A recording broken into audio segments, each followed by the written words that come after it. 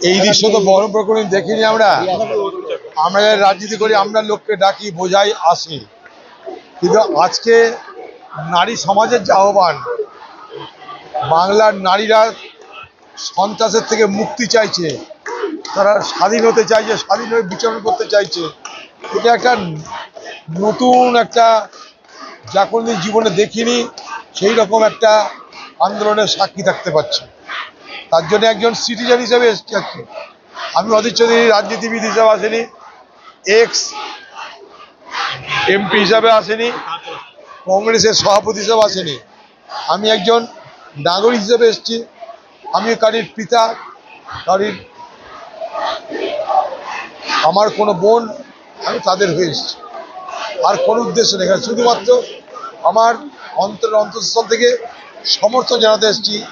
আমি আজকে সেই ধর্ষিত এবং খুনে যাওয়া মেয়েটার বাড়িও গেছিলাম, আজকেই গেছিলাম। আমি কলকাতা থেকে ফেরার পথে তাদের বাড়িতেও দেখা করে এসেছি। 4 দশকের রাজনীতির জীবনে এইরকম দেখেছেন? না, দেখিনি। এটা একটা শুধু বাংলা না, ভারতবর্ষের এরকম কেউ দেখেনি কোনোদিন। এক অদ্ভুত যা দেখছি, এক অদ্ভুত। এটা কোথা থেকে উৎপত্তি, কোথায় শেষ, কীভাবে হচ্ছে কেউ জানে না। শুধু স্বতঃস্ফূর্ত মানুষের আবেগ এবং মা বোনেদের, আমাদের ঘরের মা বোনেদের তাদের এই প্রতিবাদ মুখরতা, আমি মনে করি বাংলার সামাজিক জীবনে আরেকটা রেনেসাঁস আসতে পারে যদি এটা সঠিক পথে এগোতে পারে। অভিনব প্রতিবাদ গোটা পশ্চিমবঙ্গ জুড়েই চলেছে, এটা হওয়াই স্বাভাবিক। ঘটনা যেভাবে এগিয়েছে গত 9 তারিখ থেকে এখনো পর্যন্ত পুলিশ প্রশাসন, পুলিশ মন্ত্রী, স্বয়ং মুখ্যমন্ত্রী, যে মুখ্যমন্ত্রী সারদার চুরির ক্ষেত্রে কাশ্মীর থেকে সুদীপ্তকে ধরে নিয়ে আসতে পারে, যে মুখ্যমন্ত্রী কিষাণজিকে মারিয়ে দিতে পারে, যে মুখ্যমন্ত্রী ছত্রধরকে জেলে পুরে দিতে পারে, সেই মুখ্যমন্ত্রী এখনো পর্যন্ত কালপিটকে ধরতে পারলো না। এক সুদীপ্ত এই সঞ্জয়কে ধরে একটা হাস্যস্কর পথ তৈরি করে ফেললো। যে মেয়েটির বলে এই নৃশংসতা, সেই মেয়েটিকে একা সঞ্জয় কখনোই মারেনি।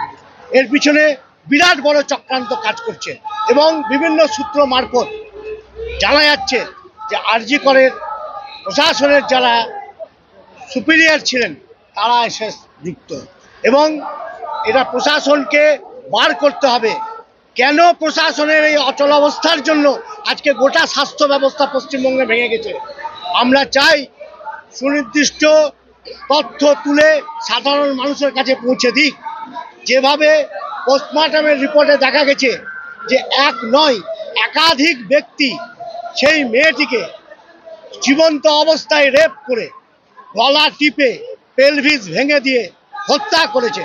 এই নারকীয় হত্যার ঘটনা মুখ্যমন্ত্রীকে দায়িত্ব নিতে হবে, এবং মুখ্যমন্ত্রী, পুলিশ মন্ত্রী, স্বাস্থ্যমন্ত্রীও আমাদের দেশে নেই, আমাদের রাজ্যে নেই, সব কিছুই উনি কন্ট্রোল করেন।